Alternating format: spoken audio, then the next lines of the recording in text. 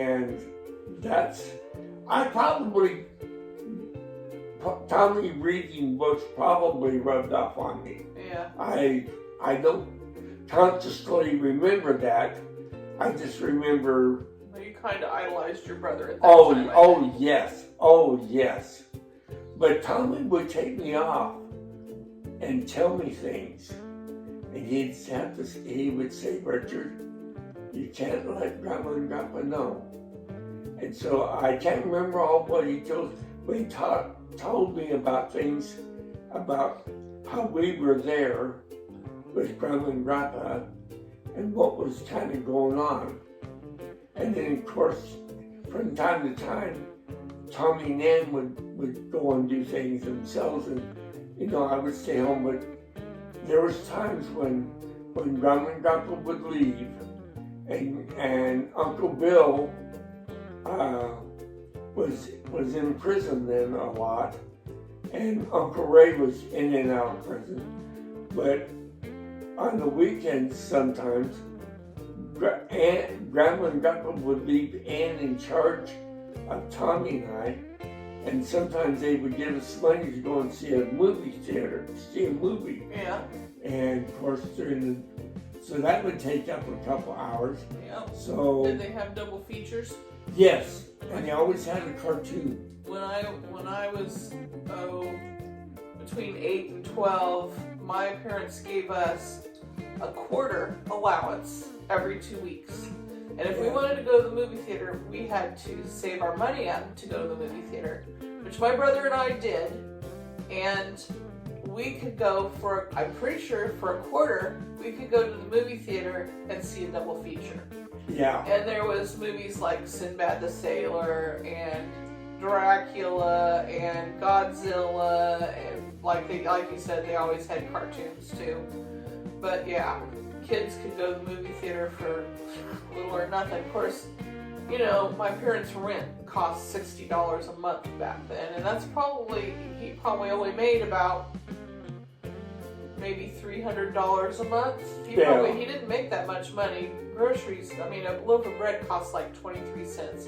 You could buy a soda for 7 cents. So give you an idea of how less things cost. But and being in the military, I'm sure he got, he didn't have to worry about medical insurance or anything. That was all taken care of for us as well as him. But yeah, back then enlisted guys did not make for it. They could barely make ends meet, and my mom did not work. She stayed home with us the whole time. And a lot of women that had military husbands, because enlisted guys, they did work because it was such a austere lifestyle. Looks like it might be raining. Was it raining when you came home? No.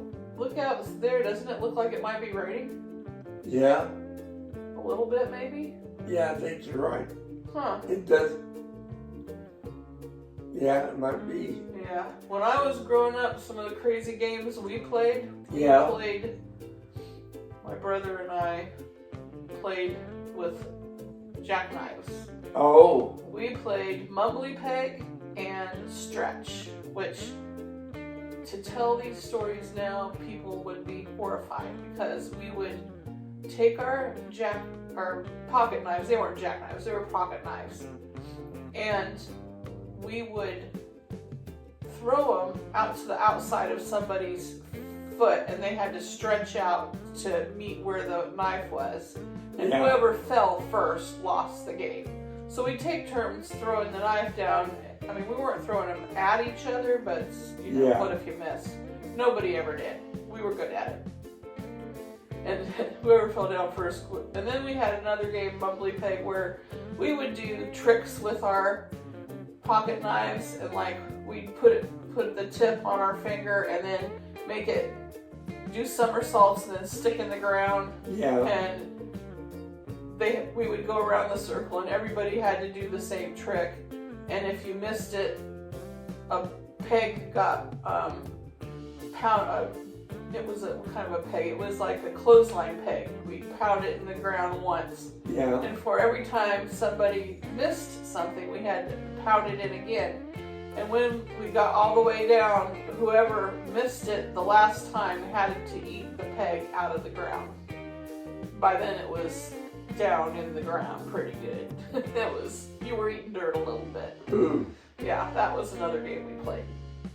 And of course we played hide and go seek. And we had forts. The next door neighbor, he built forts, and we dug an underground fort. His parents let him do anything. We dug a hole probably 4 or 5 foot deep, and it felt like, remembering it felt like it was pretty big. And then they put boards over the top, and we had a fort down inside of the hole. And my dad hung rings from the tree. Instead of a swing, we had like baby buggy tires that had the spokes taken out of them. Yeah. And he made rings, and we would grab the rings and do all kinds of tricks on them. And my dad and mom would even come out and play hide and seek or kick the can with us. We had a fairly good sized backyard, not anywhere near as big as this, but a nice sized backyard, and all the kids in the neighborhood would come over and play in our yard. So I can remember towards the back of the backyard, I think we had built a little fort back there, and we played spin the bottle back there. By the time I was about 11 or 12, there's a couple other girls in the neighborhood and a couple other boys in the neighborhood, and we'd all go back there and play spin the bottle. Didn't do that a lot, but we did do it a little bit. Always had a garden. We had a little postage-sized garden, not very big, in that yard. My folks would grow like tomatoes and strawberries or something. It was not a lot, but a very little garden. Then we moved to South Hadley, Massachusetts, and we had like a huge garden, huge garden. So my mom she froze and canned, and we always had gobs of tomatoes to eat, and green beans, fresh green beans, and yeah, I remember growing up, we would go to Merced, Merced, and go over to, I think it was Grandpa's Uncle Tony. Anyway, they had a big old fig tree in the backyard of their house. And I remember Grandma would always come up and get a bunch of figs from them, and then she would bring them home and make fig preserves. Yeah. And then we had a grapevine in our backyard, and she would collect the grapes off of them and make Concord grape. Yeah, Modesto wasn't there a lot of vineyards in Modesto walnut trees and vineyards. Great. Gallo Winery had a winery there. Yeah, sure did. Yeah. Yeah. Yeah. Well, we should probably end this for now. So if you enjoy these stories, let us know if you want any more. We've got lots more stories since we've been living for 75. Well, Richard's almost 75. I just turned 71. We've been living for a while, so we've got more stories. If you like the stories, give it a thumbs up. If you would, subscribe. It would help our channel grow. And leave comments and let us know if you've got some cool stories to tell, or if you relate to any of our stories at all. Richard, both of his parents, his dad died when he was 2, and your mom was kind of forced to leave. Yeah. And so he was raised by his grandparents and other relatives and foster care and stuff. So he has kind of a disjointed childhood, huh? Yeah. My But I was loved. Yeah. I always had a warm place to live. I mean, I never lacked for anything, you know. So, other than remember learning how to work at a real young age, other than that. Yeah, you were a good worker even when I met you. And that was when I had a list of what I wanted in a husband. I wanted somebody that wasn't afraid to work. I wanted somebody that liked to talk, that liked my family, that liked to swim, that liked to do things outside, liked to go fishing. What else did I want? Oh, number one, I wanted a Christian.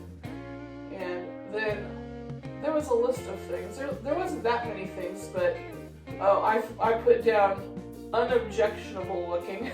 I knew that looks were not the most important thing in the world. That was not what's most important to me.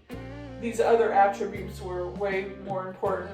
And then at the bottom of the list, I put rich because it was just kind of an afterthought, but I thought it was so cool that your name's Richard because you weren't really rich, but you were still rich at the same time. Yeah. But anyway, thanks for listening to this, and we hope you have a great day, and we'll see you again soon. Yeah. Bye.